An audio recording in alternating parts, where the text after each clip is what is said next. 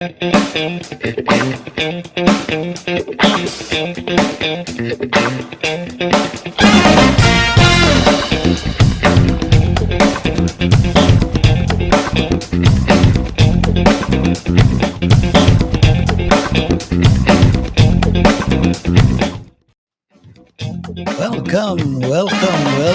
to Midnight Coffee with Faisal. It's Faisal on the air tonight, and a very good evening or night here in Kuala Lumpur.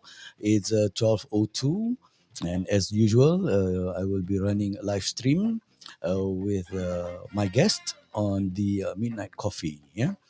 Okay, for those who are just joining us, welcome, and please shout in the box, in the comment section or in the chat section as to where you are viewing this live from. Yeah.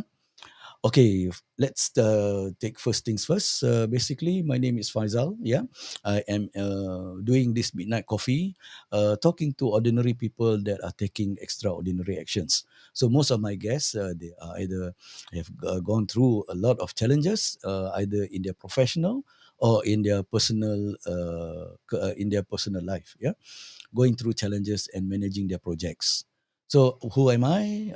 I'm an independent management consultant and a business project management coach that helps clients to solve or implement solutions.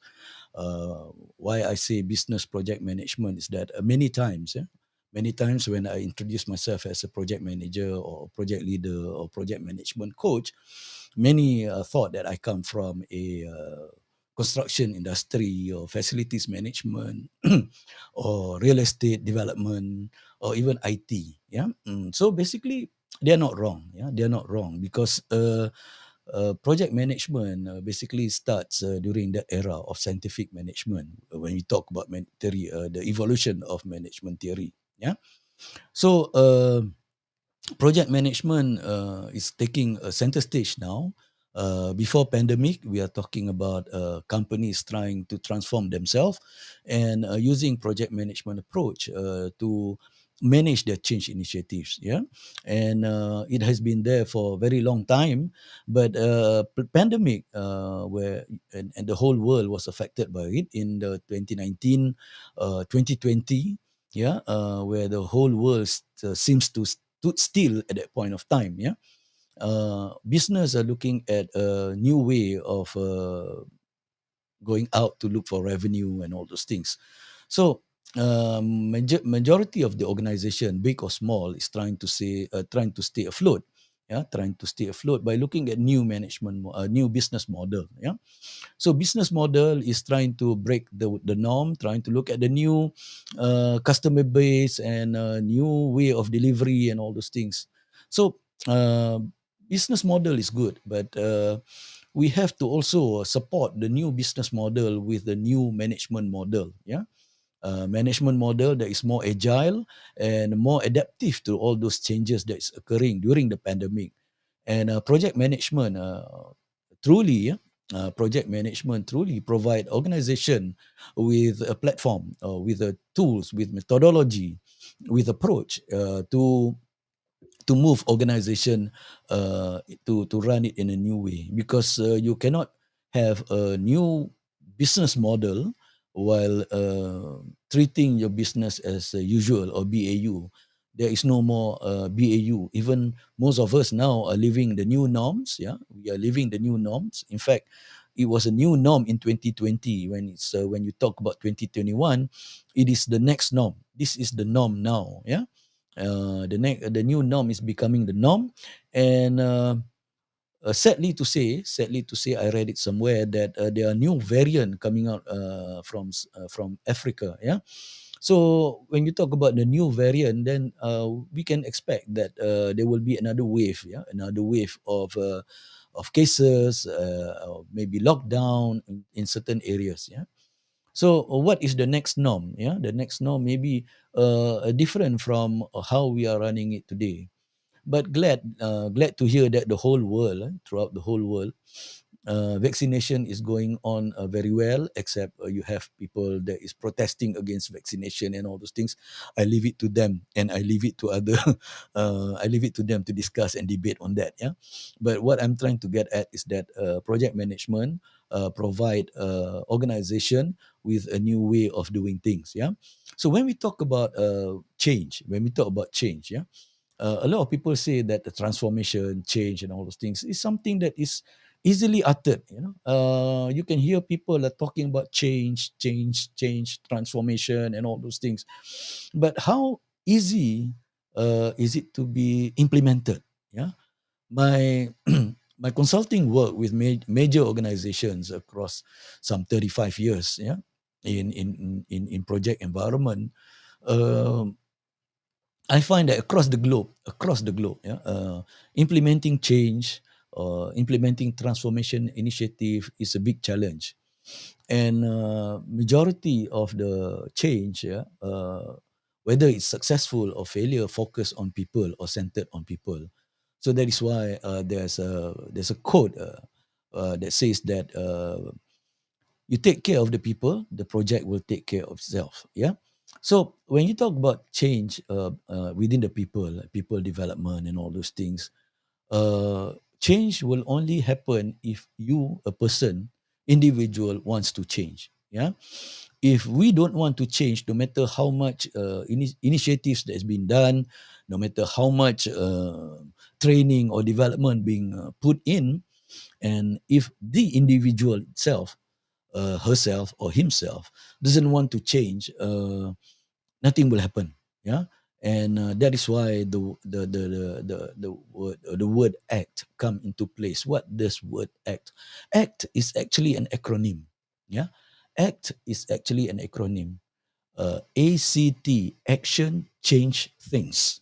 So, when we talk about change at a personal level, yeah, at a personal level, I have a very dear friend of mine who I've met very many years ago, yeah, many years ago, and she went through a very how shall I say, a very extraordinary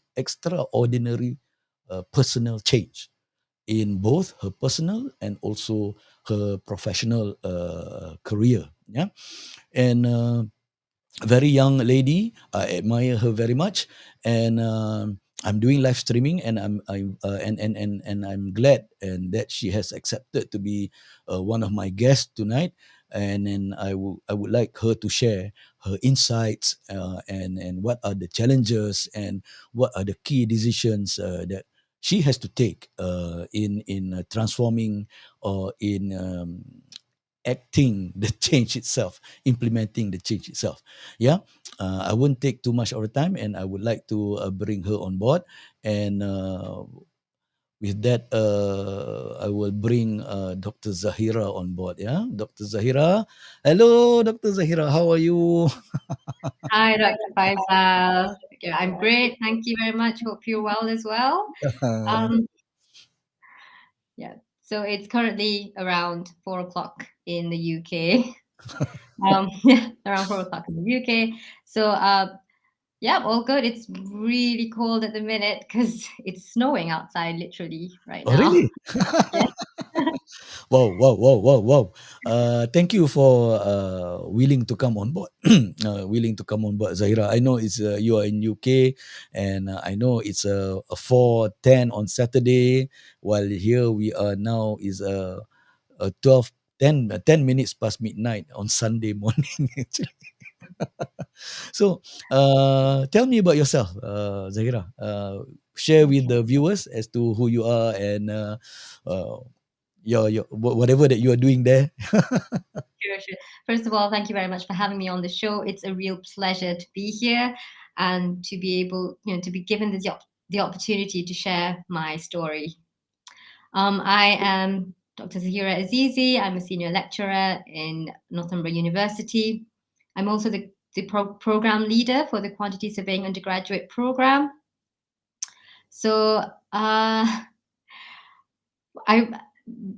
Dr. Faisal, you mentioned a lot about changes and ACT being an acronym of action, changes things, which I really like. I'm fascinated by that. So a bit about myself. I'm it's really difficult to kind of give a snapshot, but um, I've been working in Northumbria for just over 3 years now. I moved here to the UK back in mid October. I want to say mid October, 2018. Yeah. So I started my employment with Northumbria on the 1st of November 2018. So it's just been a little over 3 years now. Um, yeah, I am really loving the how's it going so far. I enjoy working with my colleagues, so there's quite a bit to share. But is there anything else that you wanted me to share in terms of about myself? Okay, no, it's all right. It's all right, Zahira. No, that's great. I mean, it's just that, are you a graduate from UK or you Uh, a local graduate, and then doing your whatever that you are doing here in Malaysia, and then later move to UK, or you go to UK when you were at a teenager? Because I've met you at that point of time way back, when we are working in some institution somewhere in Kuala Lumpur in Cyberjaya to be exact. yes, okay, that's great. Okay, that's a great starting point. So I'll talk a little bit about my background in terms of where I came from. Um, I graduated all throughout my tertiary education. So that means my undergraduate, master, and my PhD were all from University of Science Malaysia. So I am a local graduate.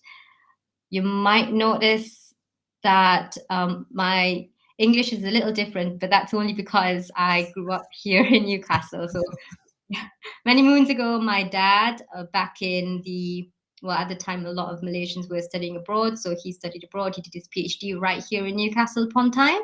So right where Ah, I'm living right now, yes, it's a mhm. real. It's really ironic how I come back to where I used to go to school to. Uh-huh. So yeah, it's ironic that I got a job at the same place where my dad used to work. I mean, used to do his PhD in the same city. So I walk by Newcastle University often, frequently, because it's in the same city and it's right in the city centre. So Oh, yeah, okay. I did go to school here for around about 4 years. Yeah, 4 years ish, and then once we came back to Malaysia, we just got on with life, and I went to university all locally.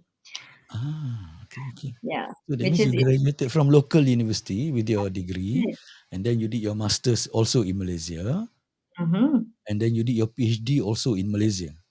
yes, yes. Ah, okay, okay. I thought you are a PhD candidate in UK, and then after graduation, and then you managed to secure apa nama, uh, employment opportunity in UK. But I'm glad to hear that everything.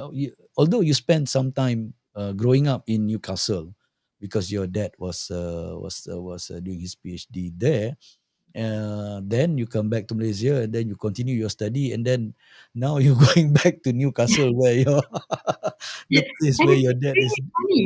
Yeah, yeah. I when I came here, I actually met my teacher from kindergarten. Really? Oh my Yeah, god. yeah. She actually came and picked me up from my home, Uh-huh. and we went to her house. We had tea. We had a lovely tea time, with my husband and her husband, and it was really nice catching up. I also met my nanny Wow. from I went to see her in Old Washington. So there's an area here called Old Washington, so I traveled there.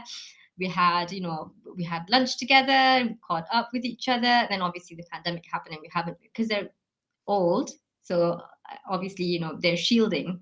Uh, And also my teacher, her husband is not in the best of health, so uh, she's shielding. So I haven't met them again after that, because you know just because they're shielding because of the pandemic. So I don't want to you know yeah, bring yeah, that. yeah, yeah, yeah. Understood, understood. No, but they must be pretty, pretty, pretty, pretty. How, I wouldn't say old, but really aged now, right? It's amazing though that my teacher still looks the same. Wow. Okay. Yeah. So she aged gracefully. Just the hair color changed from brown to white. Okay. All right. Yeah. How about your nanny? They changed a lot? Yeah, because she had some health difficulties. Mm. Yeah, so her health has been up and down. She's been in the hospitals quite a few times. So she has she still looks the same in terms of just her face, but Mhm. I guess you can see that her health has quite taken quite a bit of a toll on her, which Mhm. is Mhm. which is really sad. But I will. I mean, at the moment, I don't think it's best to visit her yet because people are still shielding.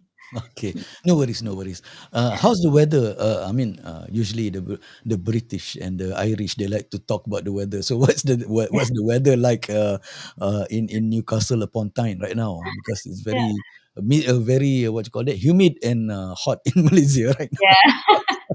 Interesting that you mentioned that because Uh, snow came a little early ah, this year okay. because it's literally snowing outside right now. I took a video just before the midnight show when it was still light because now it's dark. It's already Maghrib. But yeah, it's snowing and it's snowing quite a bit. It's surprising because normally the snow only comes in January, but it's not even December yet and it's snowing. I think it must be I think it must be the climate change. People are blaming everything on climate change nowadays. Okay, for the benefit of the viewers, yeah, Zahira mentioned about taking a video earlier, and she has sent across to me. This is what technology is all about nowadays. Uh, yeah, she just took the video a couple of hours ago, and then she sent it across to me. So what I'm going to do is I'm going to pop it out for the viewers viewing. Yeah, okay, here we go. All right, Zahira, can you like narrate a bit? Where is Yeah, this? this is right outside my house actually. It's literally just outside my doorstep. So it's like I said, it's quite a fair bit of snow because you can see at first the snow was quite light, so when it touches the ground, it melts. But right Yeah. now, it's picking up, it's building up, so you can actually see the grounds are getting white, the rooftops are getting white, and it's so the roads are all frosted. So Uh-huh. it's super cold. I've got my central heating on at the minute because it is cold. It's -4 to be exact. It's -4 right Uh, now. all right, all right, all right, all right, all right, all right, all right. Okay, no, okay. That's thank you, Mm. Zahira, for sharing video with us. A beautiful snow. I miss the snow actually. But when I was in Kazakhstan, it's snowing. It's very, very, very heavy snow. So I'm experiencing -35, Oh, and when I was in Kiev, it's very thick snow, and the snow is, you know what we are saying here. But what I'm saying here, before we proceed, I just like to show some comments that is coming in from the viewers. Yeah, we have Mr. Tan Kok Sing. Good morning, Mr. Tan Kok Sing. Hello, hey. so thank you for joining us, Mr. Tan Kok Sing. It's been our regular, yeah, our regular, Zahira. So he's a regular every week. He will attend to our midnight coffee. Thank you, Mr. Tan Kok Sing, for your support for the show. And before I forgot, Mr. Tan, congratulations on your graduation for your international executive MBA 2 weeks ago.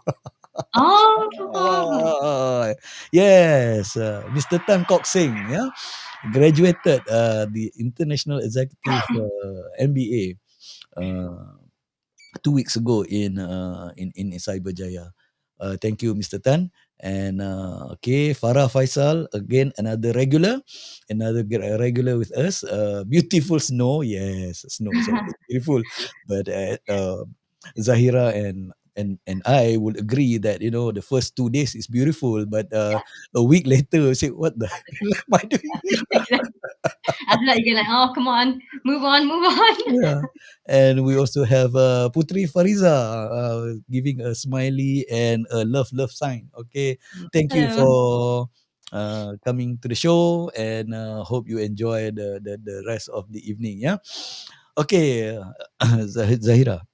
Sorry, if I if I don't address you as Dr. Zahira sebab agak biasa. Don't. So, yes. Everybody. Okay, I might want to touch a little bit about this. It's amazing how there's the culture differences, because here everybody addresses you by the first name. All my students call me Zahira, but obviously in Malaysia, the title, students tend to call lecturers with the titles Mm, of Dr. mm, mm, Faisal, mm. Dr. Zahira. But here it's like, no, you don't do that. Yeah. Okay. Yeah. Yeah. Yes, yes, yes. But I think that is the more of a cultural differences. Yeah. Because when I knew when I met you last time, you were early 20s, if I'm not mistaken, kan? Early 20s, kan? Still young, energetic, and I see that you are still the same, and still energetic, still the same face.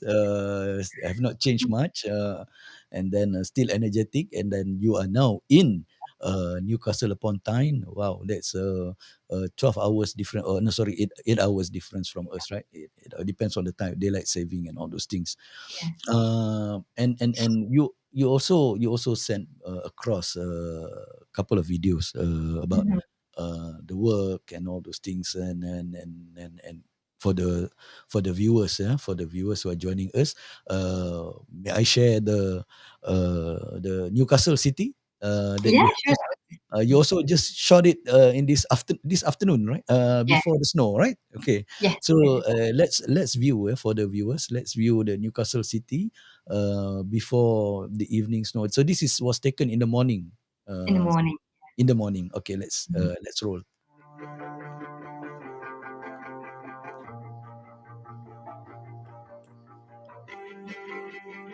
This is the city center, yeah, Zaira? It is. Yeah. Oh, so many pigeons. So many pigeons, but because it's so cold, you see, I'm walking around the pigeons. I'm expecting them to fly, but Uh-huh. because it's so cold, they can't be bothered. They can't be bothered. Yeah. So this is the city centre. That's Golden Square, right? Where the green stuff is the Marks and Spencer. It's really huge. So this is me just showing when it started to snow. Right where we were at the main street, Blackett Street. Yeah. Okay, okay, okay. So that's the snow is about to fall at that Yeah. point, It's just towards the tail end. Yeah. Okay, okay, okay, okay. All right. And then you mentioned about working in Northumbria University. Yeah. yeah. So you shared with me uh, join me for work or something like that, right? Yeah. On the video. You want me to play at this point? Yeah. Sure. Yeah. Yeah. Why Okay. not? All right. So, for the viewers, Dr. Zahira has invited us to take a short breeze, a short walk, to her workplace. So, for viewers, please enjoy. I never made it, but I know what it takes. I'm motivated It's just me by a walking. mix of emotion. Got my statement, and I'm reading it slow so I can And the understand it. famous stadium. Appreciate Of okay. pride and joy. Out of this world and right on Yeah, I walk by it every morning. Ah, That's my office. So it's a beautiful grade two heritage building, the Sutherland building. It's beautiful. It really is. I love being placed there. My office is based just upstairs. So this is the grand staircase. This is where the library is. This is the courtyard, and where oh, the lecture halls mostly are in the Ellison building. So that's the student central, where students have, well, the students' union has their office based in there, and over on the other side is where I normally have my classes. Yeah, and the normal classroom, which isn't. okay, okay. All right, all right. So So this that's your was class. on. That's your classroom. Okay. Yeah, All yeah, right. that All was right. on Wednesday when I normally have my seminars. Okay. Right. Hi, There's also somebody here. I mean, Amelina came in and says that Amelina Abdul Rashid saying hi, Zahira. Rita. My friend, my school friend, Yeah. really. She Yeah. came over here actually. She came over to Newcastle to visit me back in 2019. Yeah. Before the pandemic. Yes, just before the Ah, pandemic, so she made it here. Yeah. Ah, hope you are keeping warm. I think she is comfortably warm now. Yeah. Thank you, Amelia, for dropping by. And okay, so this is where the work part is at. When people, as I was saying earlier, we talk about personal challenges, personal change, professional transformation or personal change. I think Zahira, you went through both, right? You went through both professional and also personal change, yeah. And I would like to before you go into that, and for me to ask for the question, there's a question from our good friend. I think you would know her after looking at her video. So she sent me she wanted to come online to interact with you, but she got something on with her mom and all those things. So she sent her regards, and she apologized. But she did a quick video that she sent to me to be shown to you, and some questions that maybe you can pick it up from there. Yeah, Nadira, Zahira, yeah. Hi, Zahira. How are you? Okay, I have been waiting to ask you these questions. So, Doc, thank you so much for the opportunity. So, my first question is, what are the obstacles or challenges to moving abroad, and how do you deal with them? And my second question is, if you knew someone who's planning to move abroad, what would you tell them to expect? So, that's all. Bye. Okay, so you remember Nat? Yeah. Yes, of course. My God, it's lovely to see Nat. Oh my God, I miss her. I honestly do miss her. Yeah. I wish she can come online, because when she saw the post Mm-hmm. about you coming on board, and she's so excited. She get in touch with me, and I say, okay, Ken, no problem. You can interact, because she told me that she only interact with you on Instagram, something like that. Yeah, yeah, it's true. Yeah. Oh, Before we go into that area, I just take another comment. Another regular for the show. I believe you also know yeah. Professor Datuk Dr. Josio. Oh, that's a good yo. Okay. Hi. Obviously I do remember. Yeah. Yes. So he's talking about great sharing on Midnight Coffee. Yes, Datuk, thank you for being with us this morning. And we will take it from where we left, Zahira, as to what actually what I can't really put it into a question, but what I'm trying to get is that what on earth are you doing there? What went through your mind? You know, what went through your mind when you decided to uproot yourself from Kuala Lumpur, and move to Newcastle-upon-Tyne there, and then establishing the route there, and then having a career and all those things. Yeah, maybe you can share why you do it. Why do you do this? Yeah, why Yeah. do you do this? And then what are the challenges? And maybe you can take up the question by Nadira kan, as to if you want to move forward, what are the what I mean, if you want to move overseas, what are the things that you want to be looking at and all those things. Is that all right with you, Yeah, Zahir? that's fine. Okay, Yeah, okay, all right. let's go. Okay, over to you, please. Okay, thanks for the question, Doc. So that's a really good question. Like, what on earth was going on in my mind to make the decision to move halfway across the world to this ridiculously cold part of the country and just live here? So first of all, I always had it in my mind to want to come to the UK. So what happened in it was 2017, end of 2017. So I completed writing my PhD thesis in early 2017. Submitted it. I had my viva. Um, I think it was November. Yeah, November 2017. Passed it. Alhamdulillah. And then I got the opportunity. At the time, I was working with Heriot Watt University, Malaysia. And then I got the opportunity to go to Edinburgh campus of Heriot Watt in early 2018. So I was offered that at the tail end of 2017. So obviously I said yes. And so I went to Edinburgh campus. I think it was January, and I fell in love. I fell in love with, well, obviously, the grass always greener on the other side. When I went there, I experienced the snow, experienced the campus, experienced the people a little bit. I was there for a little over 2 weeks or something, maybe around 3 weeks. I was Mhm, bringing students over there. mhm, mhm. So I fell in love with the place. And then right there, I decided I'm going to come here. I want to Ah, work here.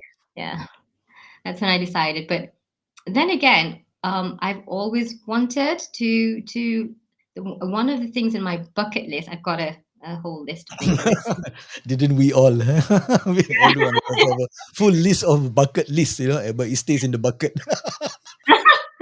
yeah. So I actually do. I'm one of those people. I do have a bucket list, and one of the things on my bucket list was to live and work in a foreign country.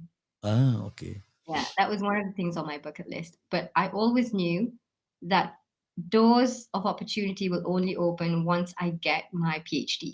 Mm, Especially in the academic career, having a PhD is important. And I didn't want to disturb my PhD journey at the time by going to a different country if I'm not finished with my PhD yet. So obviously, I mm, had to wait until I completed it and then try my chances.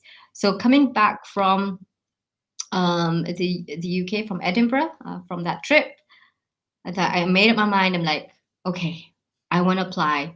I want to get this thing on my bucket list ticked. mm. So I applied to 5 different universities. I remember I applied to 5, Northumbria University being one of them.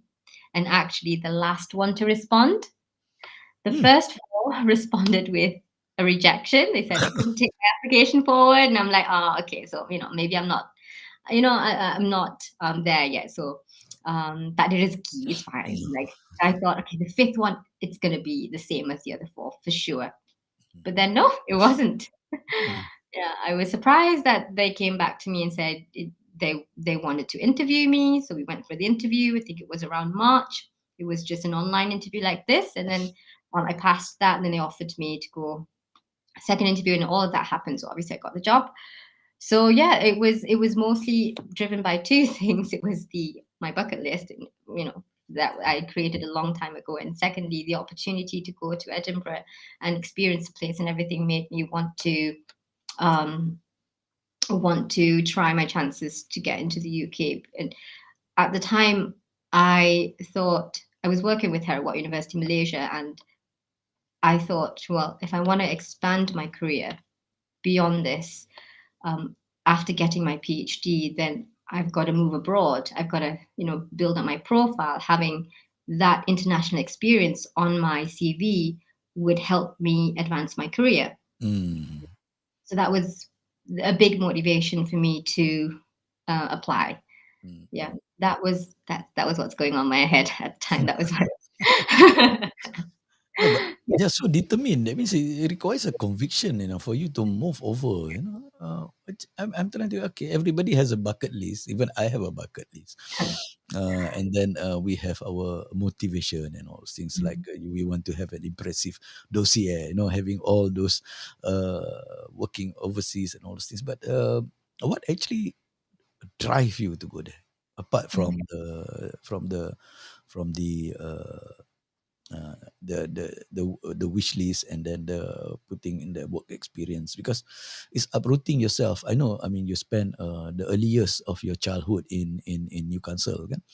And then by going back to Edinburgh, right? If I Yes, remember, yeah, Edinburgh, and then you were working with the Harriet Ward University at that time. At that time, it's a Malaysian campus and all these things. And then you go to UK. Uh, what drives you? I mean, that must be a very deep personal change that you want to um, how shall I say, you want to feel like you want to achieve. What is it? yeah. Um, okay, for one thing, I have this thing of I don't know why. I just like to test myself Okay. of how far I can go. And there's this thing about me where I'm like, I have to live outside my comfort zone. I have to try Ah, and do something that's not not comfortable for me, but I just want to see if I can do it. So things like doing a TED talk. I did a TED talk in 2017 or something like that, and like that was it's a very uncomfortable experience, but just something that I wanted to do because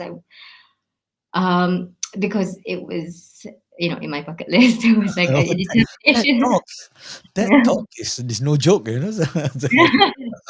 Yeah, it isn't a joke. It was a very nerve-wracking experience. Yeah, So yeah, the thing that I'm not gonna lie, it was a really difficult decision. Honestly, it was. yeah. It wasn't something like you just decide overnight. It did require a lot of thinking, and I guess the real determination of the drive for me to uproot myself and go there was really because I wanted to make um, an impact, a real impact on my career advancement. Okay, I knew that at the time I couldn't grow much in Malaysia just okay. because I was already working in one of the best universities in the private sector. And at the time, they were undergoing some management change. Mm-hmm. So even with things around salary, that was a bit um, there wasn't going to be any change, even though I had obtained a new qualification, things like that. So I knew I couldn't grow much within the organization. You know how in Malaysia you tend to jump organizations in order to climb the career ladder. So Mm. this was um I couldn't jump in Malaysia, so I jumped overseas basically.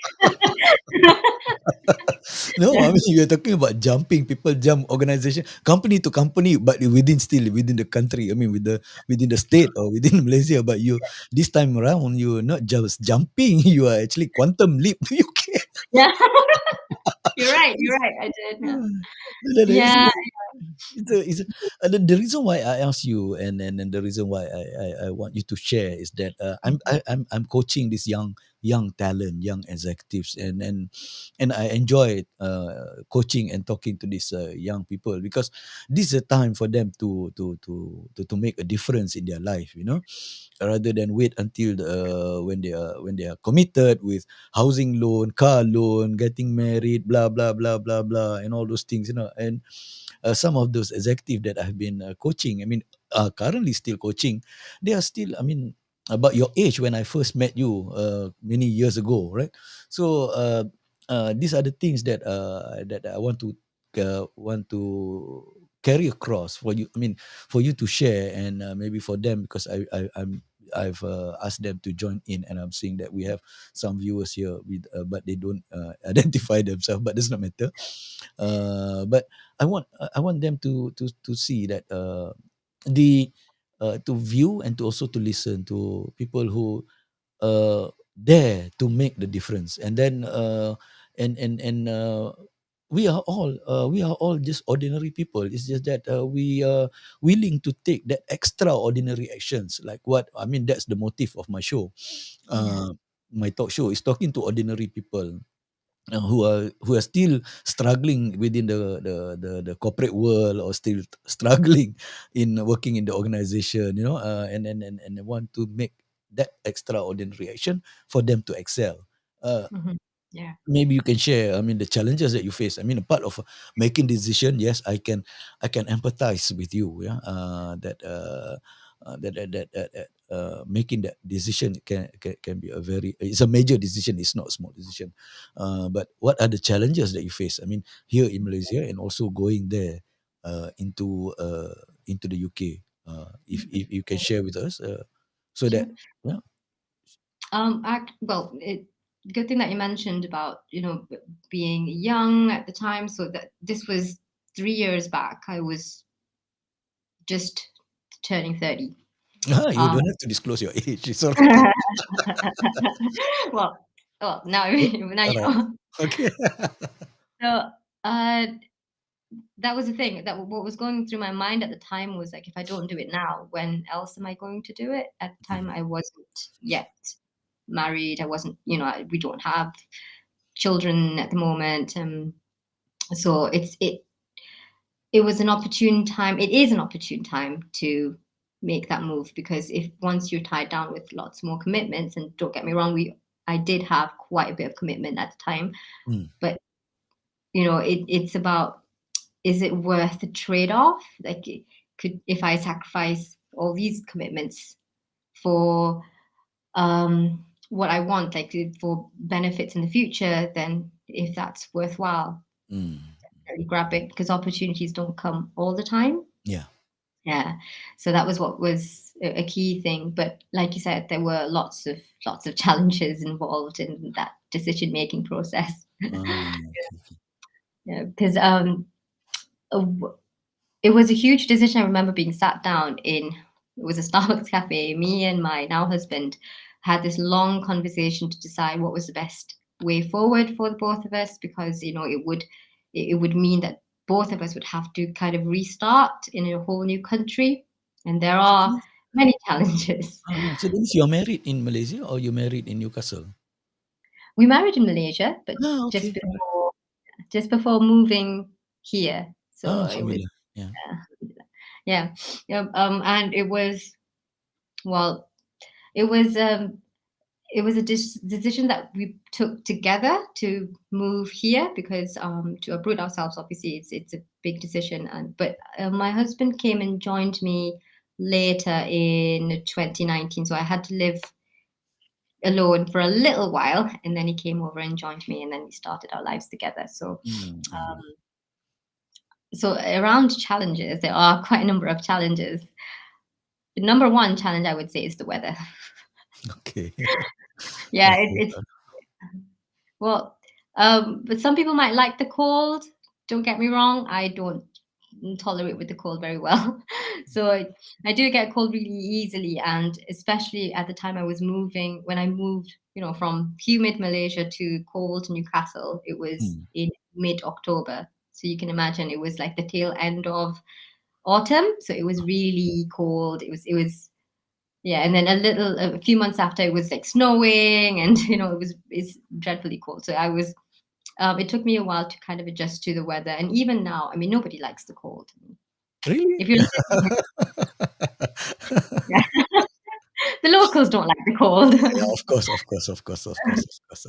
I Yeah, mean, yeah, yeah, but, yeah. So that could be really challenging in terms of the weather, because then you kind of, when you never know what to wear, because when you want to walk out the door, you have to put on your coat. You have to think about, is this clothing too warm, or is it too cold, or is it too, you know it's it's always trying to second guess the weather. How are you feeling today? So you yeah. mean the weather forecast is not that reliable, is it? Oh no, it's not reliable. Okay. No, it's not So, reliable. Like, that reminds me during my time in Dublin back in the 80s. I mean the late 70s. The Irish have four weather in a day. You can have oh summer in the morning and then winter in the evening. yeah, yeah, same. Yeah, I can totally relate to that. Yeah. Yeah. So the weather can be a bit challenging to get used to. Other than that is food. Food is a Okay. Yeah. challenge, Oh really? Okay. especially because I didn't know how to cook back then. That's why it was a challenge. Okay. Okay. So what? I struggled. Okay. So I struggled with that, because I didn't know how to cook at the time. And when my husband came, he got thin because I wasn't a very good cook. But now I'm but now I'm a whole lot better, Yeah. alhamdulillah. So I can say that, yeah, he, I'm much better now. So that was a challenge in the beginning, but then obviously, you have to learn, because with Malaysia, you step out the door and you can find everything at your fingertip. You can just Okay. literally eat anything. But here, if you go out, if you're looking for halal food, it's always, kebab, biryani, the Mediterranean cuisine. You kind of get bored. So Uh, especially in Newcastle, there's not many Malaysian restaurants, not many at all. I think okay. that, so But there's a it's lot of Paki restaurant and all things. yeah, those ones, yes, that they are quite a lot. Mhm. So The third, and I probably this is probably number one, if not third, but family. Uh, Mm. the distance is quite. I mean, it's a huge distance. I mean, halfway across the world. It's being that far away from family. Oh, especially when the pandemic hit and you just can't go back. That Mm. was really difficult. Being away from family is really difficult, even if I didn't think so in the beginning, because you're kind of excited to move to a new place. Once the novelty wears off, Yeah. and then you kind of settle down and everything, and then months go by, and you really start. Well, I really started to miss my family, and now it's been it's been what, over 2 years. I want to say the last time I visited Malaysia was in 2018 December. So 3 years, 3 years Mm. now Wow. I met That's my a long family. that's a long time away from the family. Yeah. Yeah. Yeah, it's it's really difficult, and I think some. Well, at least I didn't realize how difficult that is. I didn't really think that it was. Um, I didn't realize how much of an impact that would have on me. So Uh-huh. now I realize, I mean, 3 years not seeing my family, my mom, my dad, and it's like, and I every day I pray, like, please don't let anything happen to them, because I'm halfway across the world, and it's if things happen, Inshallah. yeah. So that's another challenge. Another challenge which a lot of people might not realize is healthcare over Ah. here. Oh, okay. Yes, because while healthcare in the UK is good, like if you get the service, it's really good, good quality service. But getting access to it is difficult because it's all under NHS. Mm. So unless you really need it, then you're given that, the service. So it's accessing the healthcare is a bit difficult. I mean, you have to make an appointment to see the doctor, and the appointment that they give you is like a week later. So by the time you get your appointment, you're all well. Like your Okay. body recovers. So I found that was that's also something I don't like about living here. That is a bit challenging. I mean, I miss that part, being able to just walk into any private Clinic. clinic, having Mm. my yeah, Mm. and getting the service that you want. Mm. And obviously, the other challenge is about culture, because you know we're quite a small community here, being like one of the minorities, ethnic minorities. So the culture is really different, because the shops close really early. It's not. Yeah. They close at 4 or 5 p.m. those days. Yeah, you can't get a coffee after 5. It's like you just have to go home. So that lepak culture of having coffee at at the Teh mama, tarik. Yeah. yeah, teh tarik and all that. It's not there. It's like in Malaysia, it feels so lively. Like you can go out and have a coffee at any time in the middle of the night. You can have nasi lemak. You can anything that you want. But here, it's like the only place that's open is the pub. Okay. They always So drink on Friday night, right? Because Friday is when they get the pay. When for those who are on a weekly pay, so Friday is the payday, and then they go and waste it at the pub. yeah. It's always that's. Yeah, so the only place you could literally lepak is the pub, which obviously we don't go to, Yeah. which Yeah. is True. mm. So quite a number of challenges in terms of just living here abroad in the UK in general. I think in any part of the UK it would be different. It would be quite similar. Okay. I haven't had any negative experiences in terms of racism or anything like that. That's not been something that I experienced Mm. personally. So aside from those 5 general challenges that I mentioned, everything else is good, especially in terms of the cost of living is really low. Mm. Ah. So Okay. the cost of living, well, at least in Newcastle, it's really low. So I love that about living in the UK. It's you could get so many things with just £1. I mean, if we Yeah. talk about a pound at RM1, I mean, talk 1 to 1, there would nothing much you can get for RM1 here. But over in Newcastle, you can still get quite a number of bit still below a pound. Yeah, Right. absolutely, absolutely. So Right. it's the currency is strong, which is what I love about living and working in the UK, earning in pounds. It's because the currency is so strong that you could literally buy everything does feel affordable Mm. because the currency is so strong. So especially if you're traveling and to a foreign country with the pound, it does tend to feel like, oh, you do tend to feel like you have money because the currency is so strong. Okay, okay. Yeah. I understand, understand. But one thing about UK is that I mean, those days when I used to go to UK because I used to work there, uh, they they have these special offers. Like I remember Body Shop. Almost every Mhm. month they have like something, some days sale day or whatever. Not you can get a lot of things for 20 pence or maybe 30 pence. I don't know whether it's still there. I mean, is it still there? Because I was in London. I mean, it's still far from Newcastle, but. What about in Newcastle? Do you still have that? Still, yeah, we do. Right now, Black Friday sale all Ah, over. yeah. So No, especially every Black Friday. Yeah, yeah, yeah, yes, yeah. yes. So all shop. So I went. My husband and I went out shopping earlier this morning because of the Black Friday sale. So Uh, there's yeah, everything is on sale right now, like 30-40%. So it's good. You can literally get lots of things for really cheap, like less than £10. A lot of things that can be bought just because of the sale, really. So it was really lively in the town. So you showed the video, everyone saw. It's quite lively. Yeah, yeah, it's yeah, quite yeah. lively. I can bet. I can bet. Everybody is rushing for not only Black Friday but also doing their Christmas shopping soon, right? Because everybody is filling up their socks, stocking or something like that. Yeah, there's a countdown. I don't know if the video caught it, but there was a big clock which has a countdown to Christmas. So it's 28 days to Christmas right now. Oh, really? Oh, okay. Yes. Let's roll it again and see whether you don't mind, huh? We just roll it. Okay.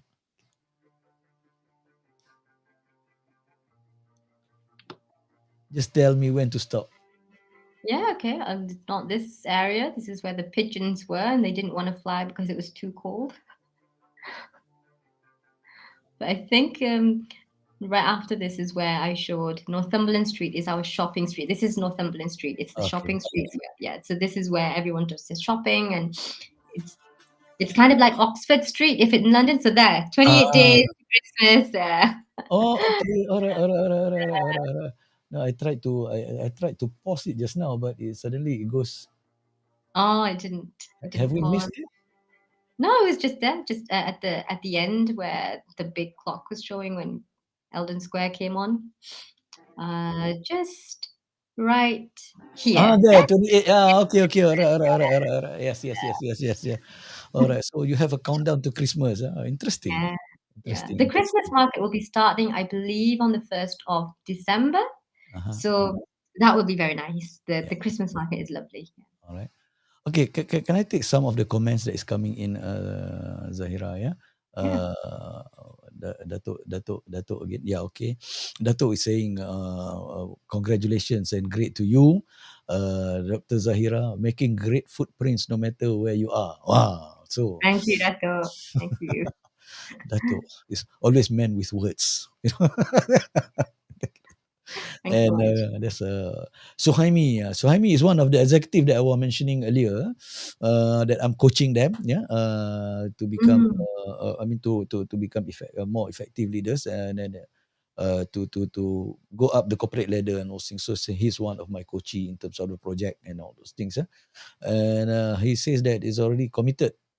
I'm already committed to all those things, Dr. Faisal said. Yeah, but I hope it would not stop me to improve myself. Okay, really inspired by Dr. Zahira, Quantum Leap from Malaysia to Newcastle. So I guess, so Haimi, you will be Quantum Leap too, because he comes from palm oil industry. So I hope he don't Quantum Leap to some other country, and then the company that I'm coaching, they will start saying, oh, Dr. Faisal is convincing all my staff to leave. Okay, thank you, Suhaimi. It's also a regular with us. Yeah, a regular. Oh, Thank you, nice. Suhaimi. Thank you, Suhaimi, for joining us today. Yeah, tonight. and I know it's a wee hours in the morning. And Dato again, yeah, says that he's been to Newcastle before. Ah. Yeah, nice place. Agreed. Never like the wet and cold winter. Oh yes, same minds. Yep, I'm with you on that. Okay. So I mean, these are normal, but as I shared with you my stories earlier. I mean, before, when I was in Kazakhstan, the first 3 days is all snow and all those things. I enjoy, from -38 here. I mean, from +38 here in Kuala Lumpur, landed in Astana, which is -35, and then the first few days, I enjoyed. After 3 days, I said, "What the hell am I doing?" Yeah, I know. Once the novelty wears off, Yeah, and you yeah. kind of like, oh, it's too cold. Yeah, yeah, yeah. So these are some of the things that we go through. And okay, what about the advice? Not ask Yeah, you a question. sure. The second question, again. Yeah, Maybe you can take on that. sure. Of course. Yeah. So advice, I would. So if an opportunity comes like this, definitely I would say go for it. Mm-hmm. So living overseas is a valuable experience. I would definitely recommend anyone thinking about it to do try it if you have the opportunity and the circumstances allow you to do so. Mm-hmm. Mm-hmm. Um, but my advice really would be to honestly think about what your end goal is. Ah. This leap, what is it worth? Obviously, in life there are trade offs. Everything is a trade off. Going there means missing out other opportunities in Malaysia and Mm. or um, tolerating with some of the challenges that come with living overseas, living outside of your comfort zone, whether that you're mentally prepared about that. So I would say that before making that decision, if someone is considering moving, working and living in a foreign country, they need to really sit down and table out what the pros and cons are, align them with what their ultimate goal is.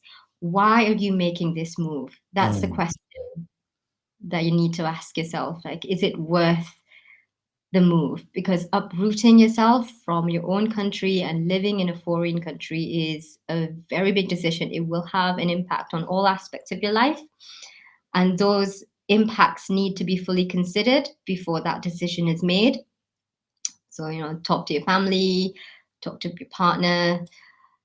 If it's worth it, at the end, you decide that, the things that you do have to let go of in order to potentially achieve what you're looking for, that goal, then obviously go for it. But if you find that, the challenges outweigh the benefits, then obviously that's something that you need to maybe it's not for you. Because if I'm honest, my sister did get the same opportunity to work in.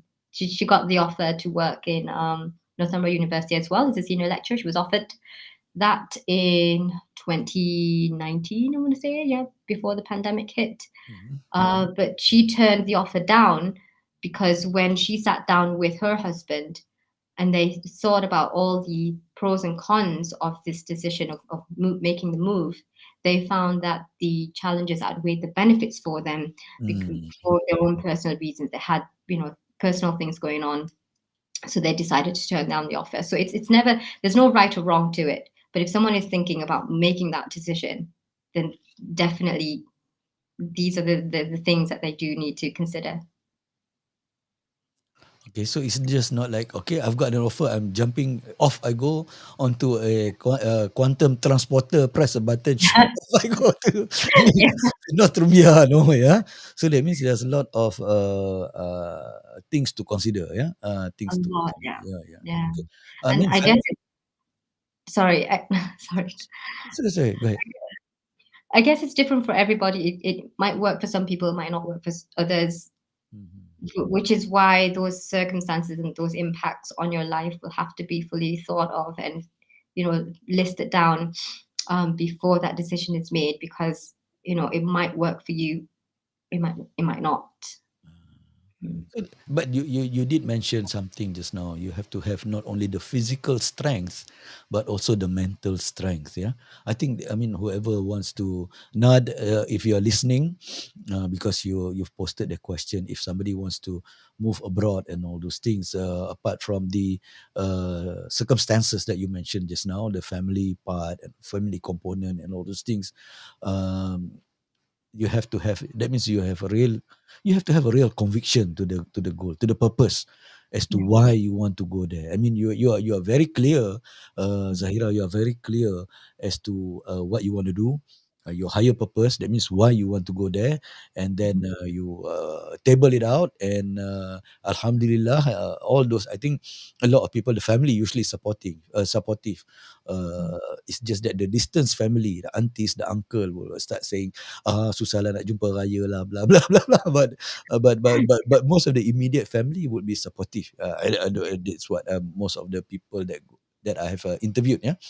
So that means you not only have to be strong physically to uh,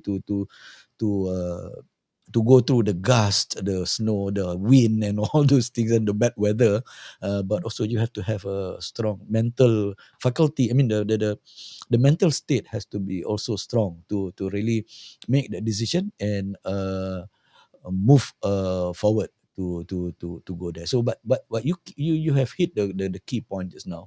What is the what is the purpose? You have, that means you have to Yeah. have a clear purpose as to why you are doing this, Yeah. and Yeah. and then believe in yourself, and then move forward. And I believe you believe in yourself, and you have a very supportive partner. I think he's somewhere around there, looting around and making you making some signs. Please say hi to Will your do. husband. It's just that fortunate or unfortunate, I know your husband. Fortunate for sure. Fortunate, yeah. Okay. And I hope he's doing well. And maybe one of these days I will get him to come on board as a guest lah. Yeah, absolutely. Yeah. Yeah. So I want to see his point of view lah, from Mm. joining you in Newcastle. Okay, Mm. Zahira, that's the time that we have. Please stay on. Yeah. Let me just wrap up and see how we go from there. Yeah. Just Okay. hang on. I'll see you later. Yeah. Okay. Okay, ladies and gentlemen, that's about it. About We talk about challenges. Yeah, when we talk about change, we talk about transformation. We talk about commitment to change and all those things. It is not only at organizational level. Yeah, organization is nothing without people, and the people within the organization. The lesson that we take from this session is not. It's not about the change at organizational level.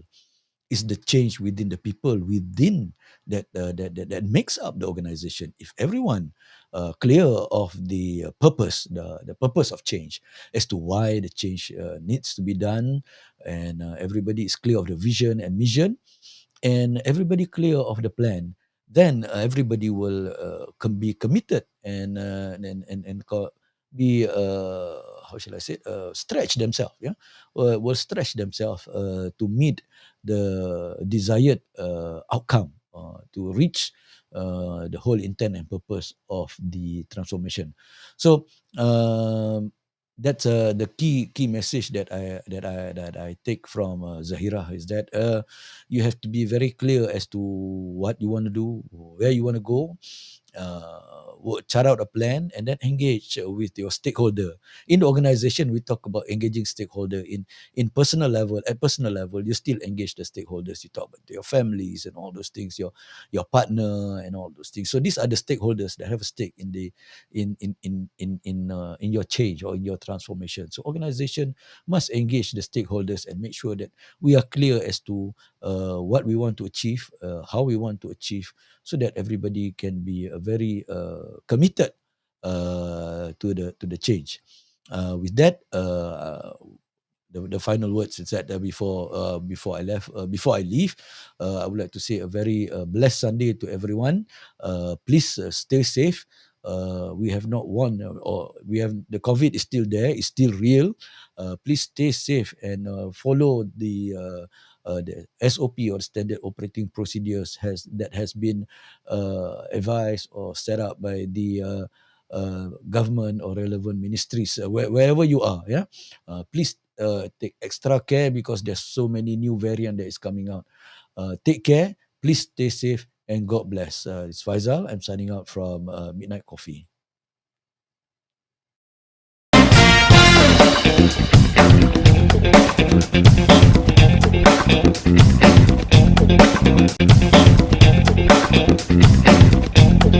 Thank you, everyone.